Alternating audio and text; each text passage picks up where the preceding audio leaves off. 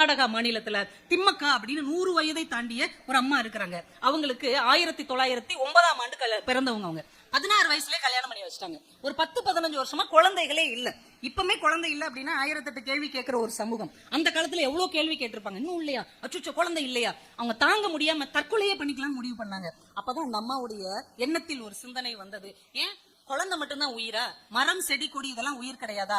இறைவனின் படைப்பில் எல்லா உயிருமே பிள்ளைகள் தான் என்று முடிவெடுத்து கணவனும் மனைவியுமாக மரக்கன்றுகளை நட ஆரம்பித்தார்கள். ஒரு குறிப்பிட்ட காலம் கழிச்ச உடனே இதே கேள்வி அவங்க கிட்ட வந்தது. உங்களுக்கு குழந்தை இருக்கா? எத்தனை குழந்தைகள்? அந்த அம்மா சிரிச்சுக்கிட்டே சொன்னாங்க, எனக்கு 80 குழந்தைகள் இருக்கிறார்கள் என்று. அப்ப அவங்க 80 மரங்கள் நட்டிருந்தார்கள். இப்போது 8000 பிள்ளைகளுக்கு மேல் அந்த அம்மாவுக்கு இருக்கிறது என்றால் மரங்களை பிள்ளைகளாக வளர்க்கக்கூடிய ஒரு மண்ணின் மாண்பை காக்கிற பெண்கள் இன்றைக்கு இருக்கிறார்கள். அதனாலதான் அவங்களுக்கு பத்மஸ்ரீ அவார்டு கொடுத்து இந்திய அரசு அவர்களை கௌரவித்தது. என்றால் ஒரு பெண் நினைத்தால் ஒரு மாபெரும் சமூகத்தின் மாற்றத்தை உருவாக்க முடியும் என்று அந்த அம்மா இந்த உலகத்தில் நிரூபித்திருக்கிறார்கள்.